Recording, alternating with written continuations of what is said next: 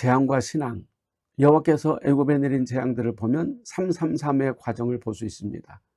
피재앙, 개구리 재앙, 이재앙, 파리재앙, 악질과 독종, 우박과 메뚜기, 흑암, 마지막으로 장자재앙입니다.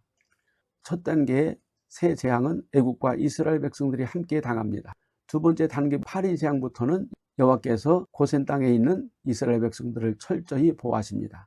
세 번째 단계는 매우 강하고 혹독한 재앙이 되고 마지막 장자재앙은 하나님의 심판의 정점을 찍습니다.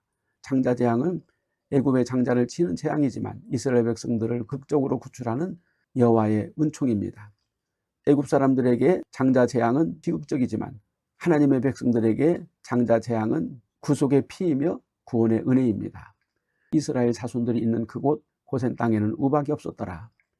이스라엘 백성들은 이러한 극적인 장면들을 눈으로 보고 체험했지만 그럼에도 불구하고 출애굽 후에 광야에서 또는 가나안 땅에서 여호와를 불순종하고 애굽에 대한 향수를 잊지 못했습니다. 우리 그리스도인들에게 있어서 세상에서 나타나는 재앙과 그리스도 신앙은 어떻게 조화되어야 하며 분리되어야 할까요? 우리 성도들은 어느 정도까지 세상의 재난을 받아야 하고 어느 시점에서부터 하나님의 철저한 보호를 받을 수 있을까요? 계시록을 통해서 보면 그 경계점이 계시록 7장에서 14만 4천의 인이 아닐까 생각합니다. 만일 여호와께서 애굽 땅에서 이스라엘 백성들을 보호하듯이 현재에도 극적인 보호와 은혜가 있다면 어떤 것일까요? 만일 우리 그리스도인들이 현생에서 영적으로만 보호받는다고 한다면 하나님의 살아계심을 현세에서는 우리가 체험할 수 없을 것이고 오직 영혼 구원만을 소망으로 삼아야 한다고 보아야 할 것입니다. 그러나 영적인 보호는 100%이지만 육적으로도 하나님의 보호하심과 지키심이 분명히 일정 부분 있을 것이라고 믿습니다. 우리 그리스도인들이 이 세상에서 하나님의 전폭적인 보호를 받기 위해서는 한 가지 조건이 있습니다. 그것은 우리가 전폭적으로 하나님을 의지하며 예수 이름을 불러야 한다는 것입니다.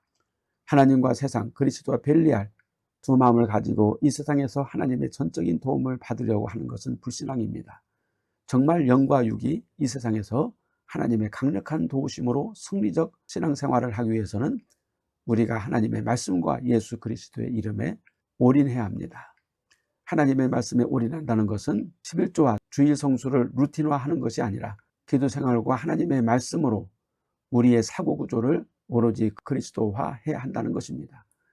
하나님은 우리를 극한 위기에서도 구해주실 것이고 때가 되어 우리가 이 세상을 떠날 때 우리는 평안과 기쁨으로 임종을 맞이하며 천국의 영광에 들어갈 것입니다. 진정한 그리스도인이라면 그가 목회자든 평신도든 세상의 명예와 이름 나는 것, 돈과 안일한 삶을 추구해서는 안 됩니다.